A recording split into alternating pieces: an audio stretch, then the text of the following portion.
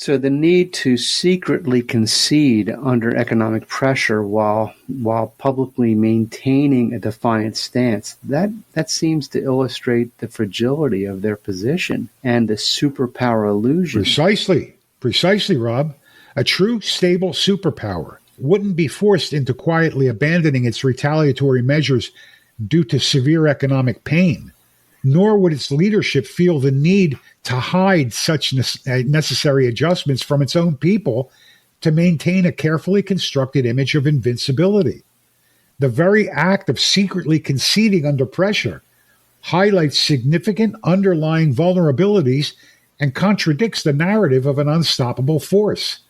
It provides concrete evidence that the trade war is effectively leveraging China's dependency and structural weaknesses, forcing their hand despite the political cost of appearing weak domestically. It reinforces the idea that the power projected by the CCP has substantial cracks beneath the surface. America's founders are calling. It's your opportunity to respond. This is the Liberty Brief Podcast with your host, Robert Melso, featuring Dr. Thomas Giordano.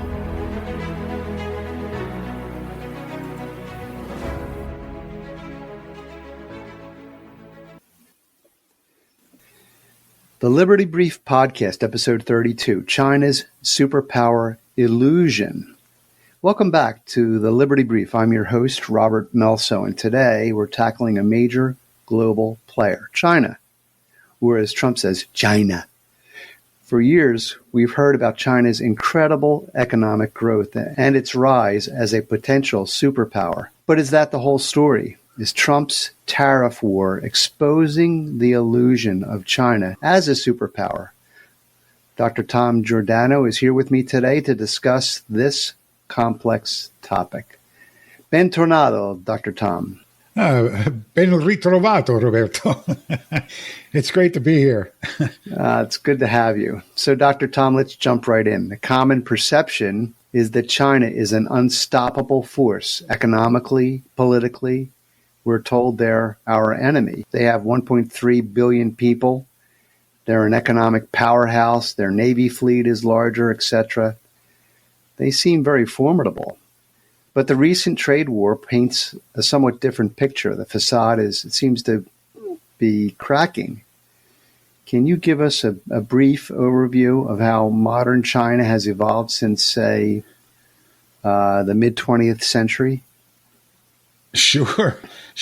That's a complex subject, but I'll try to be as brief. I know you can handle this. Yeah, thanks. But well, let me just touch on the key points. Before 1949, China experienced a period of instability following the collapse of the Qing Empire in 1912, with warlords controlling different regions. Before that, they suffered a century under European colonialization. You remember the Opium Wars, the two Opium Wars, that they refer to as the century of humiliation. Now, since 1912, the Qing Empire collapsed. Tibet, for example, had been governing itself since the fall of that dynasty. And the Chinese had also recently suffered greatly under Japanese aggression in the 1930s. We all know what happened there. After World War II, a civil war ensued between two major factions. They were the Chinese nationalists under Chiang Kai-shek and the Chinese communists under Mao Zedong. The Chinese Communist Party won the civil war in 1949 and established the People's Republic of China under Mao. The CCP's primary aim was to bring back the full territory of the old Qing Empire. Right? The CCP consolidated control over regions within these historical boundaries, integrating diverse areas like Xinjiang and Tibet and Inner Mongolia through a mix of negotiation by threats and military action. While the CCP framed the incorporation of Tibet, for example, as a peaceful liberation, Many locals viewed it as an invasion and a loss of autonomy. These regions had distinct cultures and histories, with many locals never having considered themselves Chinese in the traditional historical sense. The consolidation involved significant violent upheaval and the promotion of a single Chinese identity, often through assimilation policies affecting ethnic minorities. The assertion of claims in the South China Sea and the ambition to reunify with Taiwan represent ongoing aspects of this drive for territorial integrity. Following Mao's death in 1976, China underwent economic reforms under Deng Xiaoping. The average standard of living at the time was very low before these reforms, with China's GDP per capita ranking 123rd globally. So Deng slackened restrictions and allowed emerging internal markets to come to fruition. On the international stage, China's entry into the World Trade Organization in 2001 significantly boosted its global trade. The West admitted China, hoping that freer markets would lead to democracy, which I view as a study in political naivete. Dr. Tom, next time I ask you a question, I'd like you to go into a little more detail. Okay. Well, I was trying to be as brief as possible. I mean, there's so much to go over with what was going on. We didn't even touch on but these were the major points that I wanted to get across. You know, they had a history, and, you know, we have a tendency to think of China as one country, but it's not. It is the remnants of an empire that they were trying to put back together, after the takeover of the communists in 1949. So they're wider than the United States. Yeah. And deeper than us. Yeah, they're about the same size. And they all have geographically. And consolidating them under one time zone. That seems like a smart idea. Yeah, I don't think so. All right. But yes, everything has to be uniform in China. Even their time zone is one time zone. It covers what would possibly be 4 time zones. All right. Well, the WTO entry, it seems like it's a pivotal moment. You could argue that, you know, given their history, we should have known better. But, you know, a clearer analysis suggests that the economic improvements after Mao weren't solely due to the government's policies. They just loosened the reins a little bit. Right. So that happened perhaps even despite the communist Chinese. So maybe you could just tell me your feeling on that. Yeah, you're right. It happened despite the CCP. The Dutch historian Frank de Kooter argues that the initial economic improvements, especially in the rural areas, were largely driven by the initiative of ordinary Chinese people reclaiming their freedoms and engaging in private enterprise when state control loosened. Deng's reforms, in his view, in de Kooter's view, were more of a delayed recognition of changes already happening on the ground. This highlights the inherent entrepreneurial spirit of the Chinese people when given some autonomy. Left alone, they're great business people. You know, that perspective challenges every narrative we're hearing about the CCP. And, you know, moving on to the idea of China as a superpower, are you saying that this is a carefully constructed illusion of power? They are, after all, projecting power with their alliances and their fleet. They're propping up Iran, etc. Isn't there some truth to that? Yeah, well, it's their narrative. They give the impression they were the sole architects of China's economic rise. That's just not the case. But their narrative often portrays China as an economic and geopolitical powerhouse with continuous rapid growth. Many people in the world, around the world, they believe that hype. This image is partly maintained through state propaganda and the projection of success and legitimacy by the CCP. They spend over $80 billion a year to maintain that image, that propaganda. There's also a tendency to present a carefully curated image of gleaming cities and progress, sometimes masking underlying issues, a sort of Potemkin village approach. You know, I mean, if their affluence was truly there, it would be widespread throughout the country. There wouldn't be, for example, a tiered status of the cities. The countryside would also be prosperous, and it isn't. It's just not. I was there in 2018, and I want to tell you, in Beijing, the streets were absolutely immaculate. The subways were air conditioned. You could eat off the floors. But when we traveled to the Great Wall, we saw destitute people, decaying housing and so forth. Right. The further out you went, the worse it seemed. Well, Beijing is a tier 1 city. It's a first tier city. So any foreigner that would go there would get the impression that all of China was like that. And it's not. It is carefully manicured. It's a carefully constructed image. It's almost like being in a movie set, Roses in the median strips, fully yeah, exactly. in Beautiful. bloom all the time. Absolutely beautiful. It's beautiful. The streets were immaculate. Mercedes and all kinds of foreign beautiful cars, Range Rovers and Jaguars in the streets. Yeah. But It unfortunately, was crazy. but you get onto those streets and you drive a couple of miles outside of the city, and they turn into a dirt road, and then they disappear. Yeah, You won't find that Jaguar driving around, some small little village. You won't find it. All right. Well, what about the reliability of China's own statistics? Their official statistics. Why is that such a critical point when assessing their economic strength? Oh, you can't believe anything they tell us about their economy. The unreliability of official statistics undermines the very foundation upon which claims of economic prowess are built. If the data on economic growth, poverty reduction, and other key metrics are manipulated, then the entire narrative of an unstoppable economic juggernaut becomes questionable. Decoder outright dismisses claims of lifting hundreds of millions out of poverty as all propaganda.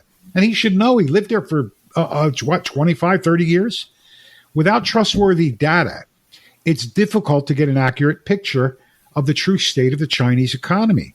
I mean, they'll tell you that they have 5.4 economic growth, but you go and compare their tax returns, and they just don't match up.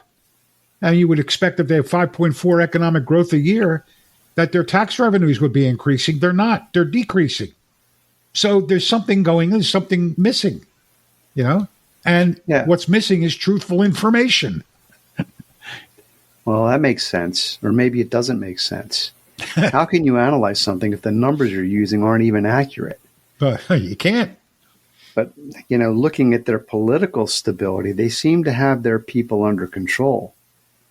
I've read that some analysts emphasize the enduring authoritarian nature of the CCP. How does that impact China's potential as a stable and respected global power? Well, firstly, they project a bunch of happy citizens smiling their way through life, but it's a facade. I don't view pointing a gun at someone's head as political stability, just the opposite.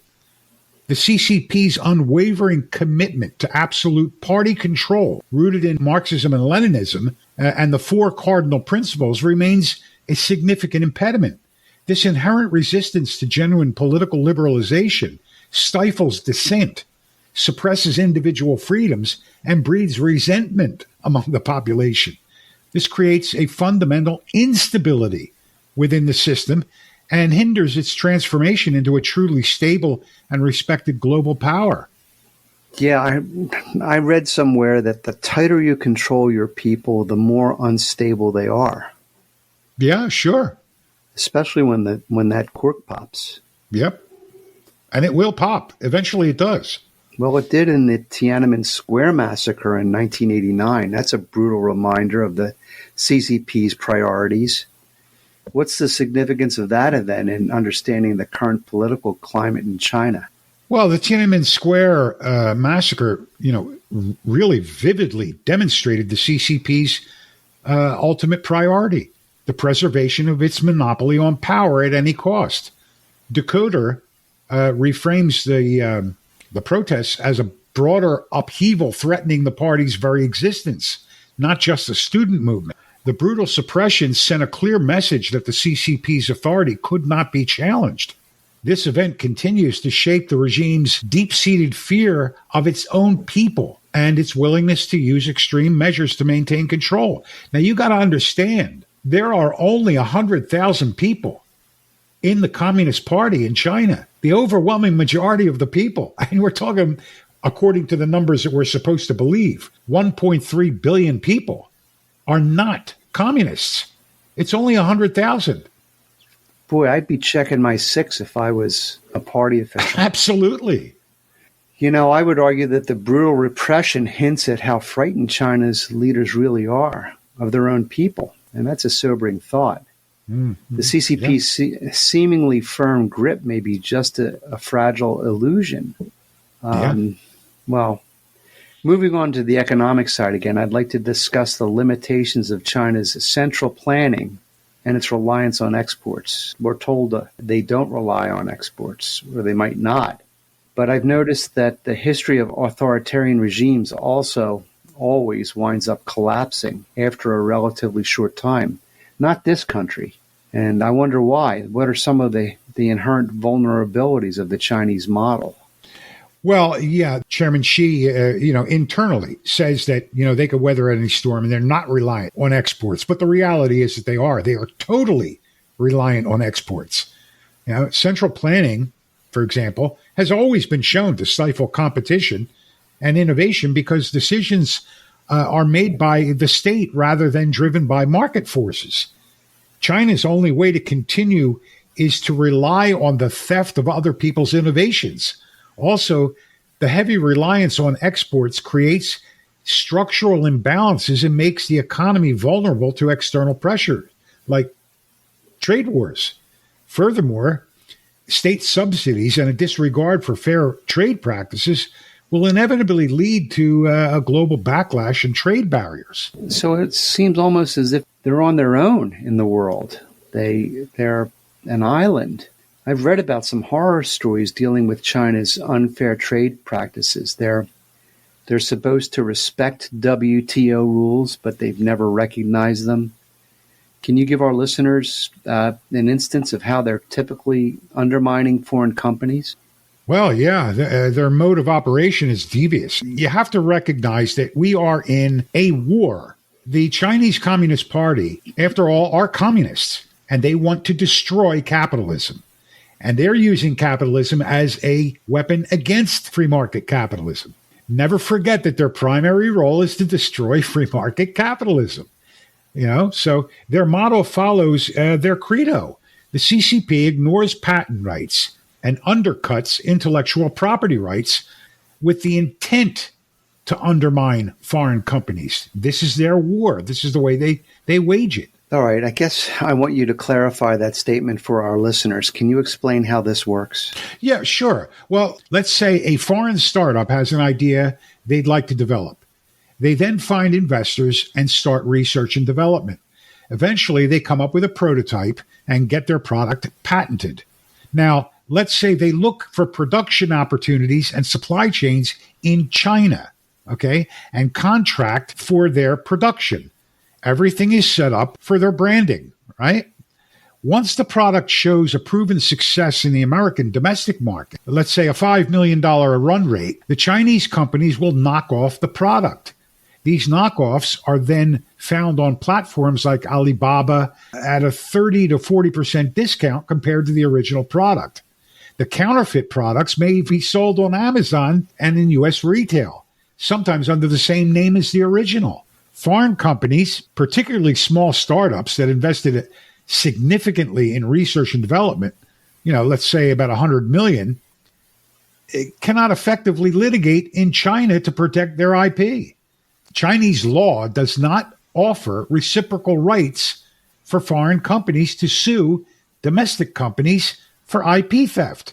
So while the WTO has rules regarding intellectual property, China ignores these rules and has never complied, despite thousands of complaints. There are no consequences for their violations. This undercutting with cheaper, copied products can run the original, often smaller foreign company out of business. The Chinese companies benefit by copying the IP, avoiding development costs, and sell at a lower price. So essentially, the model involves blatant IP theft, followed by mass production and sale of the copied goods at significantly low prices, right? Taking advantage of the lack of legal recourse of foreign companies within China and the non-enforcement of WTO IP laws. This allows Chinese companies to quickly capitalize on foreign intervention and gain market share, often at the expense of the original creators. Why aren't we enforcing WTO IP rules? I mean, what's the You deal can't. here? You can't. You knock them out of the WTO. Well, this is what you'd have to do. You'd have to knock them out of, they'd have to have their favorite status reduced. They'd have to have their companies kicked off the stock exchanges throughout the world. The WTO, along with many of the countries where these people hold IP rights and patents and things like that, they have no recourse. You could say, given that all of our trade rules and all of the new proposed tariffs that Trump is planning to enforce against China don't matter to a hill of beans because they're still stealing our trade secrets. Well, that may be, but we're taking away their markets. Okay. You would think that given they're sending so many students to our universities, Harvard, Yale, Penn, that those students would come home and innovate on their own. Why do they have to steal shit? The reason they're there is to steal shit.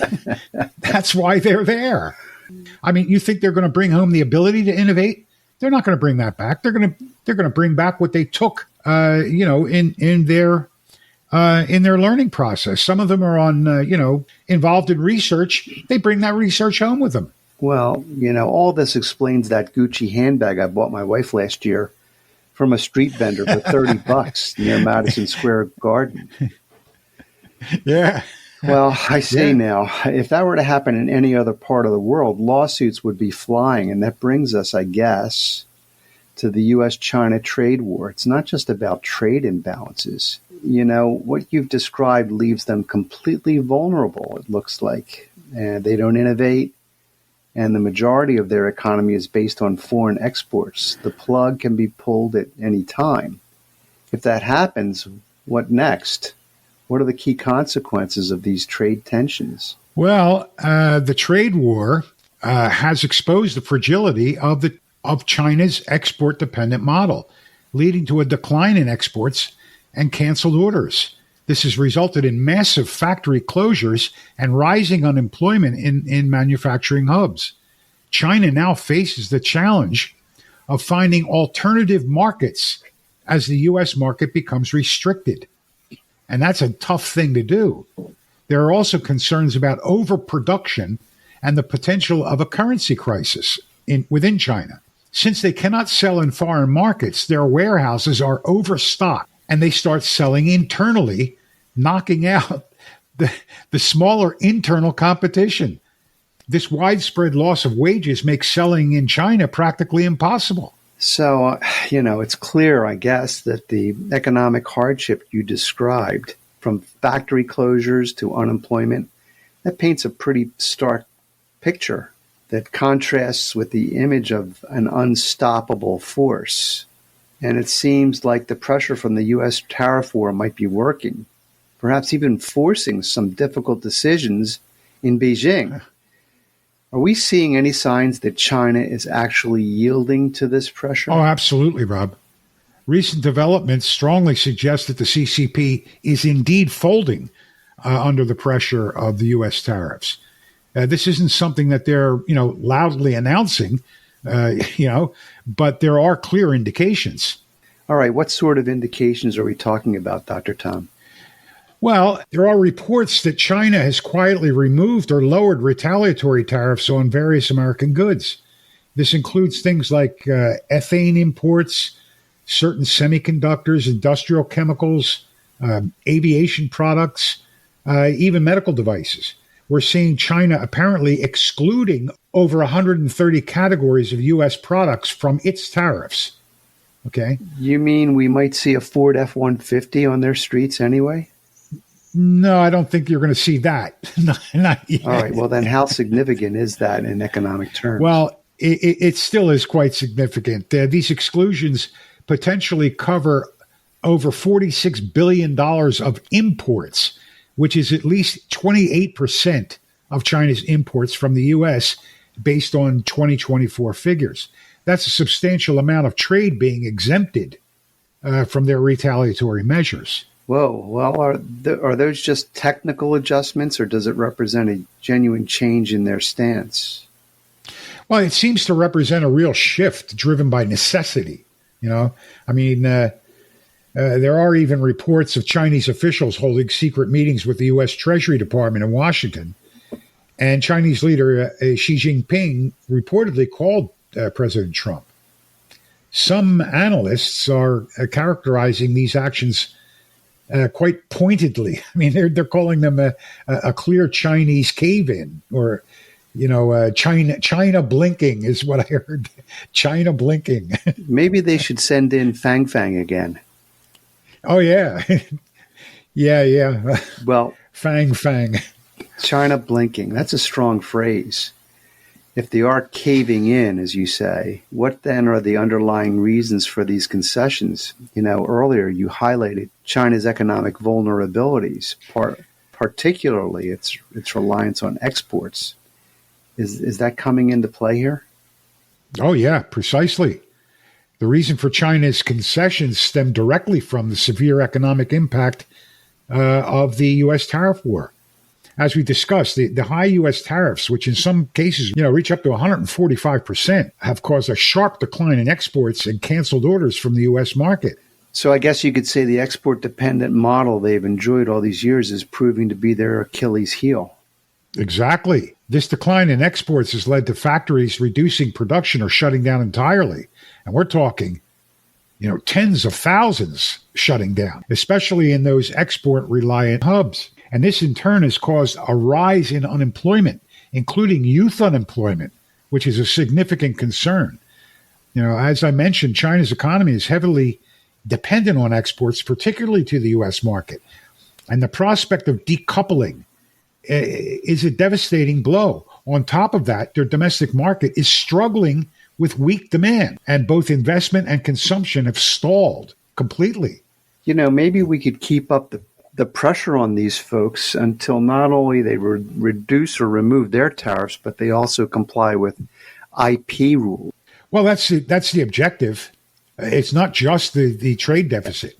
The objective is to get them in the line. You see, and they probably will not do it. If the CCP remains in power, they don't want to be dependent on Western capitalism and play by Western rules.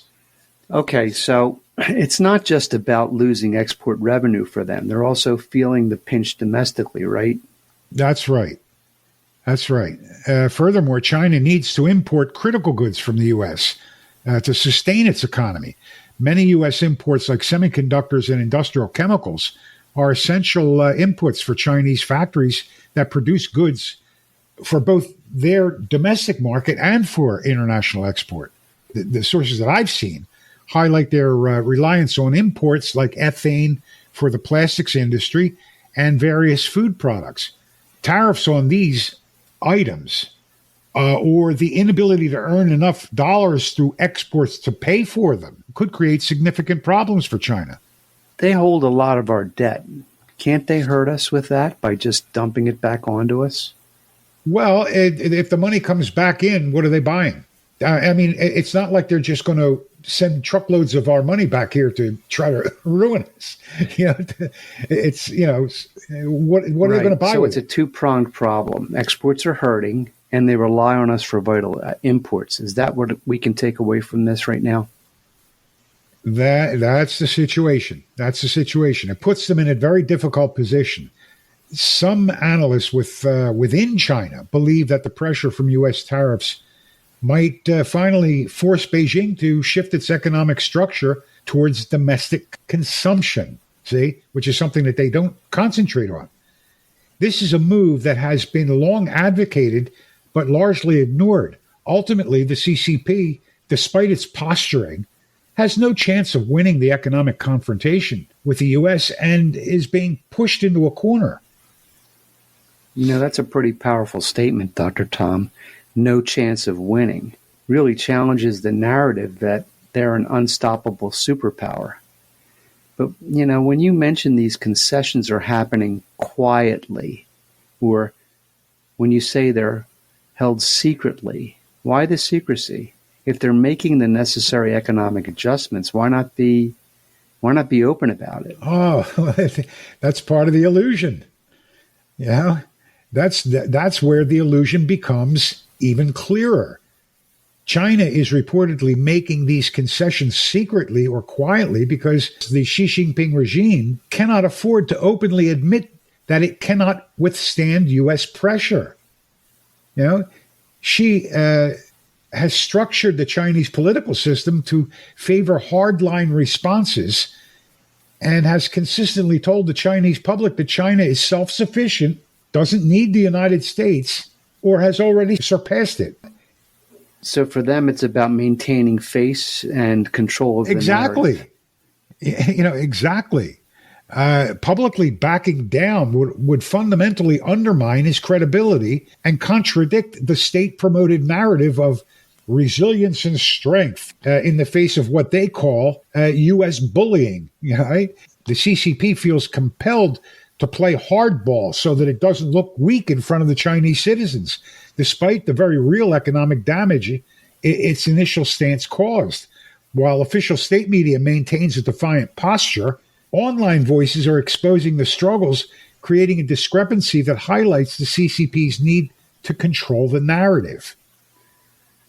So the need to secretly concede under economic pressure while publicly maintaining a defiant stance, that seems to illustrate the fragility of their position and the superpower illusion. Precisely, Rob.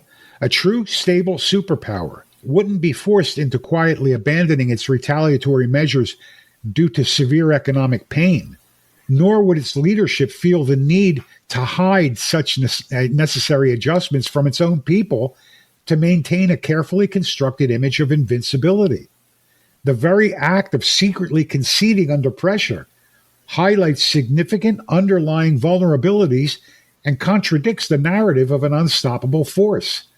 It provides concrete evidence that the trade war is effectively leveraging China's dependency and structural weaknesses, forcing their hand despite the political cost of appearing weak domestically. It reinforces the idea that the power projected by the CCP has substantial cracks beneath the surface. All right, Dr. Tom. Would I be right in saying that you are predicting potential job losses in the tens of millions over there?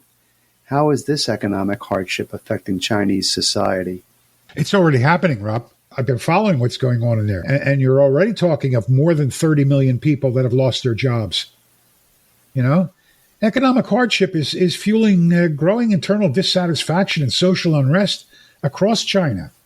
There are reports of protests over layoffs and even subtle forms of dissent like the paper revolution during the COVID lockdowns. The rare instances of public criticism against the CCP's policies also indicate a growing awareness of the negative consequences.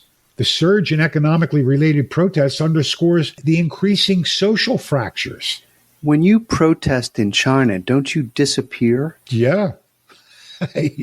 Well, it sounds like there's a significant disconnect between the image of an all-powerful state and perhaps the realities that are faced by ordinary Chinese citizens.